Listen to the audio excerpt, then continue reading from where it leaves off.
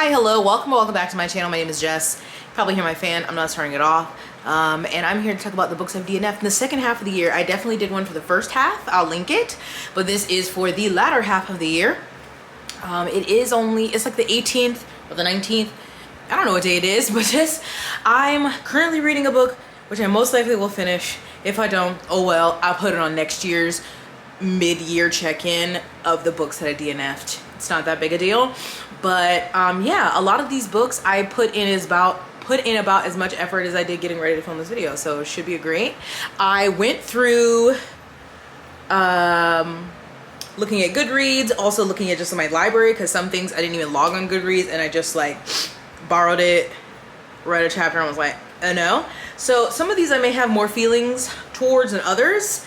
There's various some I DNF'd literally first chapter, and some I read a lot more of. So I have them listed here. Do I remember a lot about all of them? We'll see. So I had mentioned that I wanted to do like this fall reading vlog, and obviously you haven't seen that because it fell apart. And one of those books was ReWitched by Lucy Jane Wood, and I read like 35% of this, and I felt like this didn't feel like a romance, like 35% in, and we have seen the person who's supposed to be the hero. She interacted with him once and then she saw him again at this thing. I just feel like I didn't get enough, like, I'm not saying chemistry, interaction at all of them together, and it just felt really like this like late coming of age story because she's turning 30, and she's a witch, she hasn't really used her powers, and now they're like, we need to see if you're going to be deemed worthy or we're going to take your powers from you. And so at first it was fine, and then I just was like, do I care? That's the theme for a lot of these, and why I tend to DNF is like, do I care? And like I kept going a little bit, but I was like, okay, I'm not even seeing, like, obviously we had the first interaction, and then like he's kind of in the background in the second interaction. At least they're in the same room, but I was like, I was almost to 40%, like what? And then I just of course normally read reviews, like 3-star, 2-star reviews, and I was like, yeah, this, even if I finish it, this isn't going to be anything higher than maybe a 3.25, so let's go ahead and cut my losses now. So that was one of those books for that vlog. The other one was The Pumpkin Spice Cafe by Lori Gilmore. To be fair, I listened to this and that was not a good idea. I think I got maybe 2 or 3 chapters and I was like, wow, dull, boring, and I can't tell you what happened beyond that. I didn't get that far. So yeah, I don't know if that one is better with your eyeballs. I know it's like TikTok popular, but I've just heard things about it, and yeah, I didn't get far in that one. And then the other one that I had planned, I don't even think I read it. Did I? I don't even remember what the third book was. Just Returned to the Library, so I never read that one, so sorry.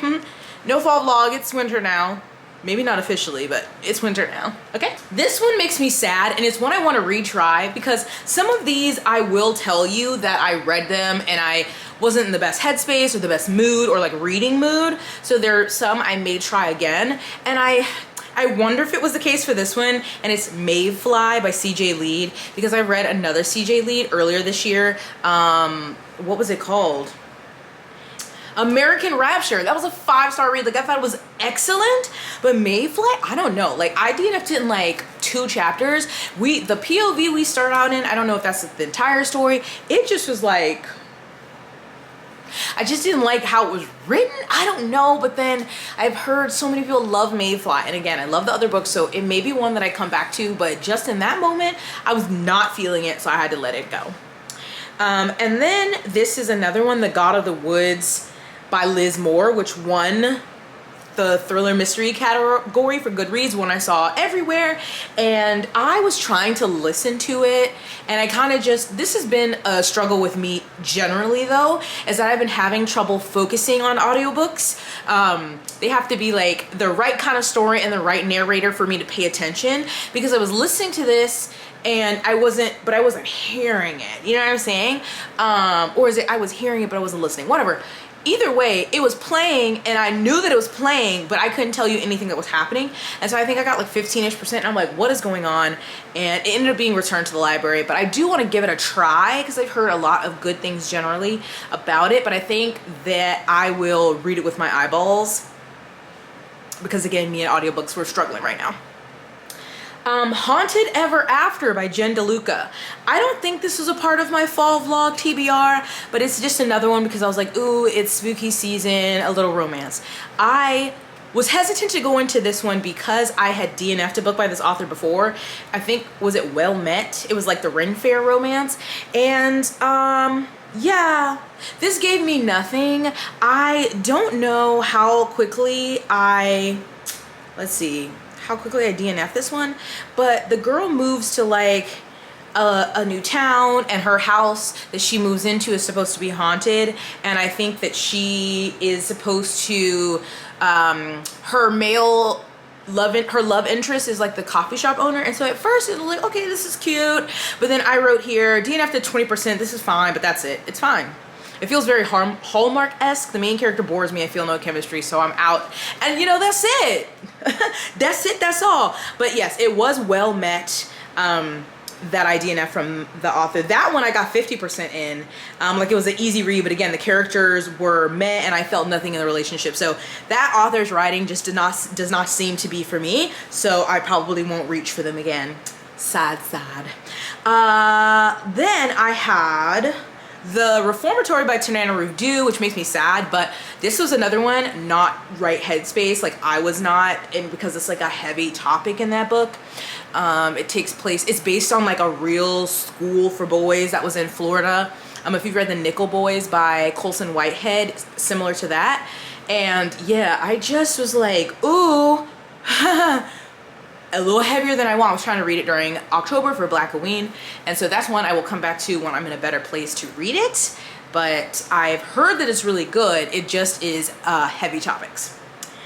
These are not in order because that was before I tried to read this next one, but it's Lost Gods by Brahm. If you watched my, not try a chapter, Read It or Unhaul It, the second one where I did the wrapped books that I had, like the blind date with a book, this was one of them. And I had never heard of this book before. I realized I have seen the authors because I've heard of Slewfoot, but like I didn't pick out that the name of the author was Brahm. So I was interested in the story because it's like this guy dies right at the beginning of the story and goes to hell essentially, and has to kind of like, he's trying to get back to his baby mama and his unborn child. And so at first I was like, okay, this is kind of interesting, but then I felt like there was too much going on, like there were too many plots, and I was like, I don't know, there seems to be so much going on, and there was no strong character that I felt connected to. And so I forgot how far I got into it. I was close to 50%, and I just switched from the physical to the audio, and then listening to the audio again, I realized I wasn't paying attention. So I was like, what am I doing? Obviously it's not holding my attention, so I let it go. But I know people love it, has great reviews on Goodreads, and also people love Slewfoot and some of the author's other books. So I would be willing to try Slewfoot, but that one, I just was like, I want to see what happens to homie, but also don't care. I've moved on. Can't spell tea without trees. Can't spell treason without tea, right?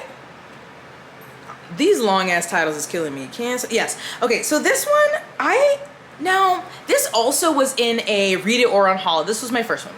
I honestly, this is so bad. I have it as read on Goodreads, but I thought I DNF'd it. I don't remember. Did I skim? I honestly don't recall. And that's shameful, because normally if I read it and DNF'd it, I add it to my DNF because nobody got time folder, but I don't have that on here. But then I also didn't do that because I didn't want people to know before my blog came out. So I honestly can't tell you if I finished that book or if I DNF'd it or if I read fully like most of it and then I skimmed like the last 20%. I can't recall. I just know that that book did not work for me, and even if I didn't DNF it, I'm just gonna complain about it here again. That it had too many stakes to be cozy. Not enough about the tea. I felt the characters were flat and kind of not indistinguishable from one another, but they just weren't giving me much. I felt nothing in their relationship. Yeah, no. So if I did finish it, if I didn't, you see why. I unfortunately DNF'd The Queen of Atolia by Megan Whalen Turner. Heather, if you're watching, I'm so sorry. I was reading with Heather and Robin in the it's called the Queen's Thief series. So it's so funny because I read The Thief eons ago.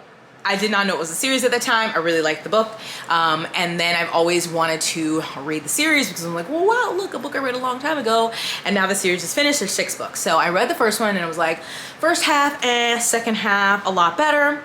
So then I felt good going into the second one. And it starts off, I mean, like, jumps right into it. There is no, like, slow recap. You are jumping right into the book from where it ended. So I thought we were off to a strong start, and some things happened right in that first few pages that I was like, oh, we're going for it. But I just didn't like it. I just didn't care. There's, like, a romantic component that I was like, ugh. It also... First book is in first person POV of one character, and now we have a different POV in this one. And then just hearing about the POVs that switch in the next one and just how I felt about, I got like 50% through this. I just was like, I don't care. I feel bad saying that because I know like the political intrigue, but I didn't realize, like, it obviously is a fantasy, but it's not like high fantasy, and I think I wanted more of that. And this is really like, yes, this is a fantastical setting, but it's really focused on the politics between these like 3 countries, and then like, you know, alliances and this relationship. And I just was like, yeah, I'm good. So sorry, Heather, again. I also DNF'd Oathbringer, and if you see that I completed it on Goodreads, that's correct, because I read so many goddamn pages. I'm counting that book as finished. Usually I put things as read and then I put them on a certain folder, but I don't put a finished date so it doesn't count towards my books I read this year. For Oathbringer, I got to 85% of that goddamn book, so I'm counting it because that's like multiple books that I fucking read. But I DNF'd that like literally, I swear I was like, it was 80 to 85% left. No, I had read 80 to 85%. But it still said like hours on the audiobook, and I was like, my God. And so I just went to Reddit and had them spoil it for me. Am I gonna read with Rhythm of War? The jury's still out. I don't know. Right now, no. But I read essentially, depends on how long the books are, 2 to 3 books in those pages that I read of Oathbringer. So I'm counting that. I really, really wanted to be in the majority. I really wanted to be on the hype train with Stormlight Archive because I really love Mistborn, Era 1 and 2. There have other Sanderson books that I love. I am a Sander fan. But I am in the, I think the 0.001% of people that enjoy a lot of Sanderson work and do not enjoy Stormlight Archive. Like, there are some bits about it that I like, but... And that's what was keeping me, that's what got me to Oathbringer, the 3rd book. But I was like, Brandon, if you don't rep this shit up, like, oh my God. And, you know, the Brandon, they're all like, oh my God, no, shut up. Shut up. They're all too long. Don't care. This is your subjective opinion, Jessica. Actually, no, it's a fact. Thank you. Next. Perfect Little Monsters. I saw this and I'm like, I don't remember what this was. So I can't tell you shit about it. I really don't, I don't know what that is. I don't know, but I DNF'd it. Salvage the Bones by Jessamine Ward. Now, again, this was another one, Mood. I just really didn't know what it was. I had just seen the cover, borrowed it from my library, and then it started, and I was like, yeah, I don't want to read this right now. I haven't read anything by the author. Kind of embarrassed about that. So I do want to give her a try, but I just, wasn't in the mood for that one. Can I tell you what it was about? Not really. I just know I wasn't in the mood, so I DNF'd it. And this, another one on here that I don't remember a lot about, and I think it's a nonfiction, but it's called First Love. Essays on Friendship. So it's an essay collection that treats women's friendships as the love stories they truly are. So I don't remember how far I got into it. It was recommended from a booktuber, and I just never heard of it. So I borrowed the audio, but it got returned. It does sound like something I could enjoy. I would like more nonfiction about friendship because generally, I mean, I'm not the only person who thinks this. I feel like platonic relationships are so undervalued in society, well, especially American society. So I'm always interested to read something about friendship. So I don't know if that's like the best. Have I been like seeking out nonfiction about friendship? No, but if it comes across my radar, I'm always like, ooh, I would like to read that. So maybe one day I'll get back to it. This, I don't remember if this one was on my first half of the year, but it was Chlorine by Jade Song. And this was one that was recommended as like when I was looking for unhinged women's stories, and maybe this just was not for me. Like, I think it came up recommended after I read Paradise Rot, which was definitely in my first half DNF. And also, like, readers also enjoyed. It has The Eyes Are the Best Part, Natural Beauty, which I did love, Mayfly, Ripe, which I loved, Bloom. So like a lot of books that I loved, and then I was like, oh, okay, this is, I think this one was going over my head. I don't know, because we start with the character, and I think she's a swimmer, but I think she's either first generation or she is an immigrant. And so it's really about her life as a swimmer, and those are her only friends. But then it's like reading as if she's also is she a mermaid, or I don't know. I was confused. I don't know if it was me, my mood, or the book is just not for me, but I was like, what? This idea of it. I don't know. It seemed, it could, I don't know. You know what I'm saying? And lastly, I have one, again, that I think blame on my mood. At the time, I was not really reading anything. I tried to read this, and it's The Undermining of Twilight and Frank. The author, Megan Brannon, who also wrote the Undertaking of Heart and Mercy, which I love. That was a 5-star for me. And this is another one, I think in the same world, but a different and older couple. So Twilight and Frank.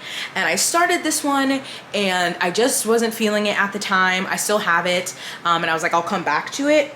I feel like people, I haven't heard a lot about it. Just a couple of reviews seem like people, enjoyed it, but didn't love it as much as the first one. So I think it's one I'll enjoy, but I really love The Undertaking of Heart and Mercy. And so hopefully this one is still really good. But those are the last ones. That's the last ones, I think. And there could be more, honestly, because sometimes I pick a book off my shelf and I just put it back, and I don't log it anywhere. Oh, actually, we can add Jesus and John Wayne on there, because the election happened and I started this again. No. I need space, so yeah, no. No.